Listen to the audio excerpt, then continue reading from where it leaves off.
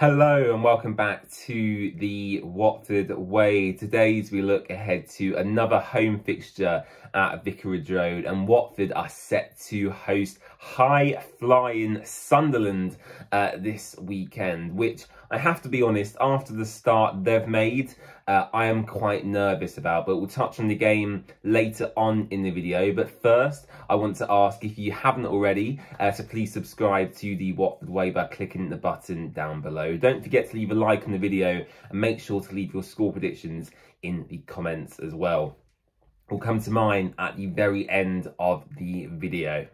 Right then, before we touch on Sunderland and the players they have available to them, I think it's only right we once again mention the really good positive performance we saw at the Etihad during the week. Now, I did a watch long here on the Watford Way live on YouTube, so a massive thank you to everybody who tuned in for that. Our next watch long will be next Wednesday for the away match against Preston. But looking back at the Manchester City game, I was thoroughly impressed with the Watford performance. Pleasantly surprised, I think, is the way I would sum up the performance. Watford had a really good start to the season. We've tailed off slightly in recent weeks in terms of our overall performance levels, and specifically the issue for me has been conceding now 5 games in a row within 4 minutes, which I'll touch on again later in the video from a Sunderland perspective. But overall, other than conceding that first goal through that Ryan Porteous mistake, I thought Watford put in, quite frankly, an exceptional performance against Manchester City, who themselves played some fantastic players in that game. Kyle Walker, John Stones, Savinho, Phil Foden, Jack Grealish, Jeremy Doku, all featured for Manchester City. Josko Gvardiol come off the bench as well. So it certainly wasn't, their under 18s and under 21s. There was a couple sprinkled in there, but largely there was still some world-class talents on the pitch for City. And Watford put in a fantastic performance. Now, I think what this game has done, looking ahead to Sunderland and linking the two, is giving Tom Cleverley some selection issues, because Watford themselves could have done one of two things for the Manchester City game. We could have rotated our side, which is what we did, and gave more fringe players an opportunity to impress. Or we could have played a more stronger team and actually gone for the game properly from the get-go. And what Tom Cleverley did was play some of his rotational fringe players, and some of them particularly I was very, very impressed with. Now, Angelo Ogbonna come into defence after recovering from his small injury, and for me, he has to start against Sunderland on Saturday. He looked a class above all the other Watford defenders against Manchester City. Kwadwo Bar, for me, was my Watford man of the match throughout that game. From the get-go, he used his strength, his physicality, his explosive pace to threaten the Manchester City back line. In my opinion, he scored a perfectly good goal that was subsequently ruled out as a foul by the referee. But Kwadwo Bar is a player for me who I want to talk about, and I think is pushing really hard now for a start in this Watford team. Now, the question is, looking at the Watford team we'll put out against Sunderland, who does he replace in the starting lineup? Because you would assume Daniel Jefferson will start up front, and as he's been Tom Cleverley's marquee signing in the summer transfer window. You would hope and also assume Georgie Shakpatatse will start in one of the number 10 positions. And then for me, there's 3 players competing for that place now alongside Georgie. And one of them players is Edu Kayembe, who has just recently now returned from injury. The other player is Rocco Vata. And the third player is Kwadwo Bar. Now, I think Kwadwo Bar can play in a number of positions, and I wouldn't be opposed to seeing him play up front in the 9 as well. But I'm hoping, and my fingers are crossed, that Tom Cleverley will put Kwadwo Bar alongside Georgie in them 2 number 10 positions, with Daniel Jefferson ahead of them. So that is a front 3 I'm looking forward and hopefully going to see on Saturday. Let me know if you agree with that in the comments section down below. In terms of the other Watford players I'd like to see in the team, I've just discussed my ideal front 3 for the game at the weekend, and I do think Kwadwo Bar's physicality will help Watford up front.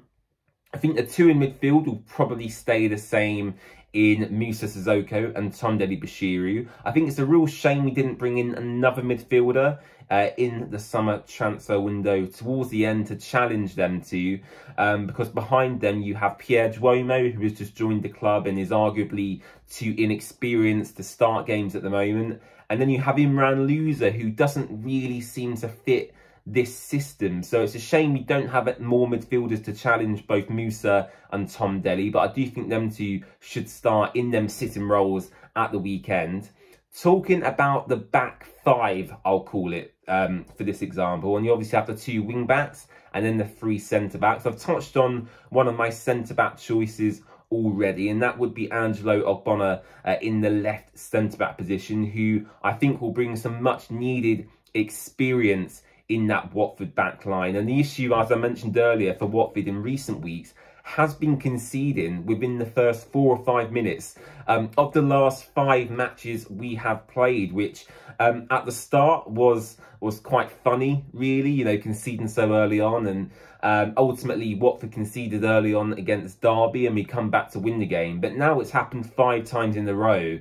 It's not becoming, you know, a comedic occurrence, you know, once in a while. It's becoming an ongoing trend, which is what Watford need to cut out. And I think Angelo Ogbonna, being a 36-year-old experienced defender, he has hundreds of Premier League games behind him. He's won the UEFA Conference League in recent years with West Ham as well. So I'm hoping he'll come into the back line at the weekend and bring some much needed experience and calmness and leadership, most importantly. And in terms of the other two centre-backs, quite an easy choice for me. Francisco Sierralta, Tom Cleverley has confirmed, is out with a relatively long-term injury, definitely out for a few weeks, if not maybe a month. So I expect Ryan Porteous will probably play at right centre-back, and then you have Matty Pollock centrally, potentially, in this game. In terms of the wing-backs, these are very competitive in terms of players for them roles. You have Yasser Larouchi, Ken Sema, Festi Ebisele, Ryan Andrews, all vying for the wing-back roles in this Watford team. I think Yasser Larouchi actually is a player who impressed me against Manchester City in the way he played. Now, Watford played a lot deeper against City, as you would expect, and looked to counter-attack. And I felt that suited a lot of the Watford players more than the possession-based football we've seen so far. So I think Yasser Larouchi, for me, in that left wing-back role, slightly more reserved, potentially, would be a good fit for this Sunderland game. I expect Sunderland, as they are such a good team, to have quite a bit of the ball anyway. And to have Yasser Larouchi on that counter-attack when the chance arises, I think will be really exciting. So I'd like to give Yasser Larouchi another go on the left, especially after his defensive performance against Jeremy Doku at the Etihad. In terms of the right wing-back option, Tom Cleverley has confirmed today in his pre-match press conference that Ryan Andrews may be available, but they are nursing a slight muscular injury with him, which suggests to me that Ryan Andrews won't start. And we may see Festi Ebisele start for Watford for the first time in the Championship. So Festi Ebisele, obviously on loan from Udinese this summer, a very exciting, pacey player. In terms of his speed, I believe he was rated the fastest player in the Serie A last season, which shows how fast he is and how good his physical attributes are. I think defensively, he still clearly has to work on that side of the game, but offensively, Festi Ebisele and Yasser Larouchi as our wing-backs is certainly going to be exciting to watch. So that's where I think the wing-backs will start, both Larouchi and Festi Ebisele. Unfortunately, the last bit of team news I have to bring you is around Watford's #1 in goal, Daniel Bachmann. He went off with an injury against Sheffield United away.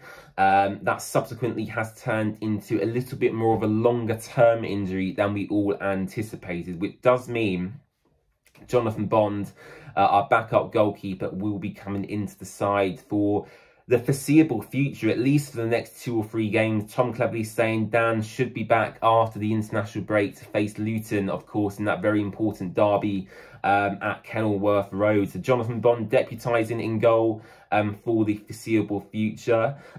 Here's a player who does concern me somewhat. I've not felt fully confident with Jonathan Bond in goal yet in the appearances I've seen so far this season. I hope the run of games he'll get will increase his confidence and sharpness. But I think for me, Sunderland could exploit that. I think when they have the opportunity to shoot on target, they should do in this game, just because of that weakness in goal with Jonathan Bond. So let me know your thoughts on Jonathan Bond coming into goal. I think it's something where if he puts in good performances, my confidence in him will increase. But equally, if he continues to not fill me with great confidence, of course, I'll start to be concerned. But that is the last bit of team news to bring you. That Daniel Batman will be out for a period of time and Jonathan Bond will take his place in goal. Right, before we get on to my score prediction, which I'm sure you're all eagerly anticipating to hear, I want to quickly touch on the Sunderland squad and some players I really like. And actually, I'm a big fan of Sunderland's recruitment, especially within the past 2 or 3 seasons. The investment in academy prospects and youth particularly has been really exciting for me to watch. And they certainly are thriving in the Championship at the moment, only just behind West Brom in the table and equal with West Brom on goals scored so far this season with 13, I believe, as well. So if any Sunderland fans are watching, let me know your thoughts on your season so far. But I have to say, from an outside perspective looking in, I am absolutely thoroughly impressed with how you guys are doing so far. In terms of players I want to highlight, I'm just looking at your most recent starting 11 now. I think Patterson in goal is certainly a prospect who can improve over time. Luke O'Neill at the back is a player who has been ever present for you in the past 2 seasons. Chris Mepham, JB Bellingham, Chris Rigg scored a marvellous backheel finish against Middlesbrough to secure you guys the 3 points as well. And Dan Ballard, one of your centre-backs, is a player I'm really keen on as well. And if Watford ever brought him to the club, I would be very, very pleased because, as I said, he's a player I really like. So, yeah, those are a few players I like from Sunderland who I have just highlighted. And I certainly think you guys will be in and around playoff positions come the end of the season if you continue your good form you have shown early on.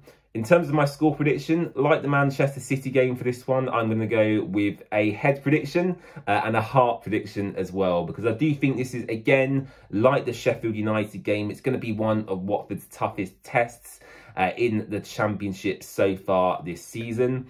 In my head, I think Watford can draw this game at home. We're unbeaten in 9 Championship games at home now under the leadership of Tom Cleverley. And I'm hoping, fingers crossed, we can make that 10 games on Saturday. So in my head, I'll go with a 1-1 draw, and I'll go with a Daniel Jefferson goal, and I'll go with a Chris Rigg goal as well in this game. In terms of my heart prediction and what I'd love to happen, I want a big win. I want a clean sheet, most importantly, to stop this run of 5 consecutive games conceding within 5 minutes. So I want a clean sheet, I want a big win, I want 3 goals. So I'm going to go with a 3-0 Watford win at Vicarage Road on Saturday afternoon. And yeah, hopefully that will happen. But thank you very much for watching the video. It's much appreciated. Of course, as I mentioned at the very beginning, please subscribe to The Watford Way, leave a like on the video, and let me know your own score predictions in the comment section down below. I'll be with you right after the game for my Sunderland match reaction, and then we'll be looking ahead to Watford's midweek game next week against Preston North End away from home. So yes, thoroughly looking forward to it, and I'll see you on Saturday afternoon for my match reaction. Goodbye.